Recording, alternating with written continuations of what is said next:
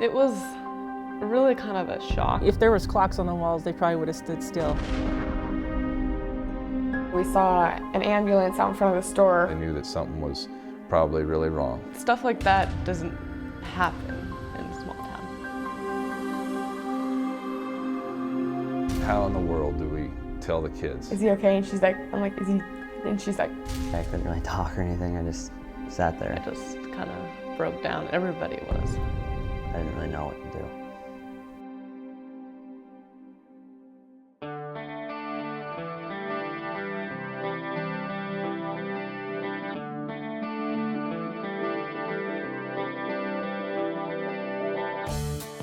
Welcome to Helix. This town is located in the fertile grain-producing area of Northeast Oregon. It has a population of about 200 people. If you count the surrounding areas, maybe 500 to 600 people. The only church in town has been here for 111 years. It's great here because everything's so involved and it's so small. Everybody is involved in everything. They're very compassionate and very close-knit. everybody knows each other. If you get in trouble, everyone knows about it. So everybody cares about everybody. Everybody tries to help everybody. If you have something, someone's ill, or you have something tragic happen in your family, or there's a need of some way, you don't even have to pick up the phone. It's done. With sports, the whole community's involved, in school. It's a really nice feeling to have that. Helix is a small country town. The only church there was down to 6 members, and they couldn't get their own pastor. The church was dying.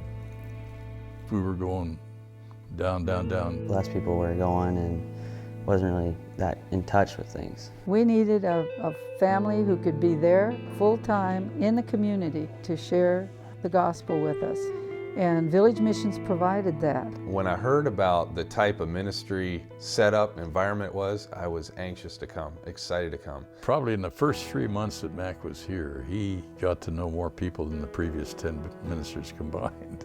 If there's something going on in the community, you can bet Mac's going to be right in the middle of it. Mac McComb, one of my firefighters, he's been awesome because he's filling the shoes as a pastor. He's also one of my firemen. He's also a parent. He's a community member. We don't have a counselor here. We don't have a nurse. We don't have any of that kind of stuff to work with the kids. But we do have a very involved pastor. He'll sit down at a table, and next thing you know, there will be kids all around him talking to him. The service has gone from about 7 people at Helix to about 40 now, since Mac's been here. He's made a huge impact. Everybody loves him. My parents started going to church again, and they're making me go again. I personally see him as a friend. He's like a second father for me. It's nice, you can just talk to him, and he's done a lot for the community. He's got this awesome, uncanny knack to be your friend first and then your pastor. And that's just what they needed around here. You have to really earn the right to be heard in terms of presenting the gospel, my beliefs in Christ, my worldview. You can't just push that on people, especially in the culture of a rural setting, or really any kind of culture. But in these people, you have to build trust, and it takes time to do that. And the way to do that is to show them that you care first. And it's the philosophy of Village Missions too. Preach the word, love the people. That's why Village Missions exist, to keep country churches alive and strong and making a difference in the community. To introduce people to Jesus Christ on their best days, but also on their worst days. When calamity struck Helix, Pastor Mac was there. October 28th was a very sad day for this community. We had a teacher that passed away. We lost one of our prominent teachers up at the school to apparent suicide. He was a PE teacher, so he had students that ranged all the way to 4th grade all the way through 12. He was a high school assistant track coach. He was the junior high track coach. He also volunteered in the community. He was a volunteer firefighter here in my department. We had developed a friendship immediately after I got here.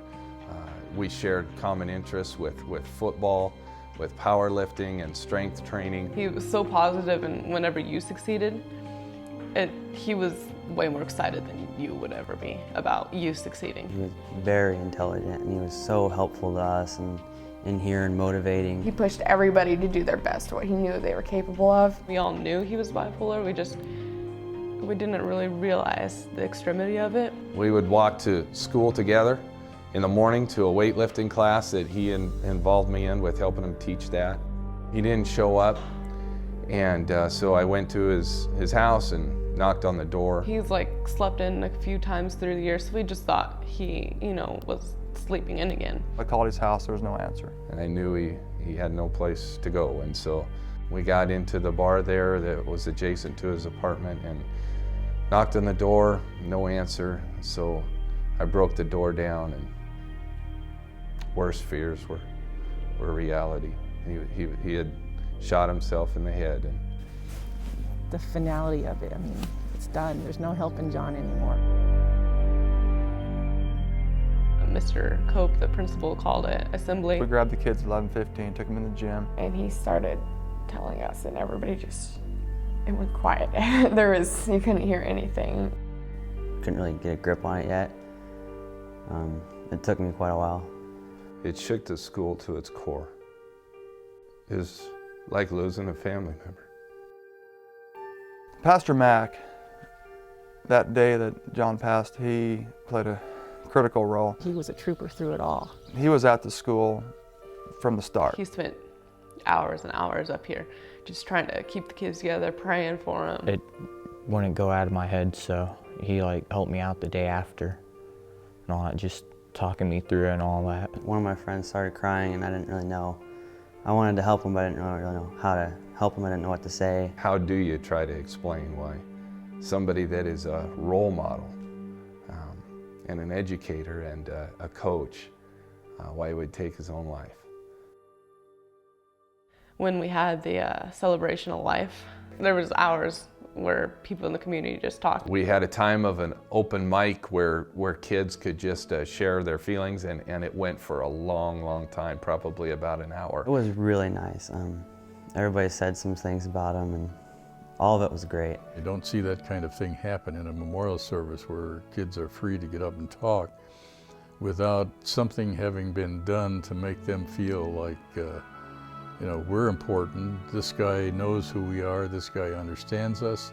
This guy's helping us through this particular tragedy. If we didn't have a church in Helix, I think the community wouldn't be as together and as helpful as we are now with Pastor here. If Mac hadn't been here, there probably would have been quite a few people driven away from God. We'd all be sitting in our houses trying to sort through these tragedies ourselves in the best way we possibly could, instead of joining hands and together and pulling through this together as a community. Sometimes people will say to me, well, why not let these little churches close?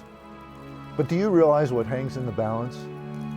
Do you realize the people that are here that wouldn't hear about Jesus? If there is nobody here, what happens then? Where do they go?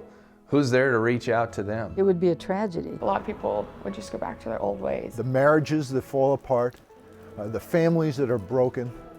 What will happen if that continues in our country, town and community after community? There's many other communities like Helix out there where the churches have closed. The story has ended. I've met people that their fathers and mothers didn't come to church, their grandparents didn't come to church. They had never been in church.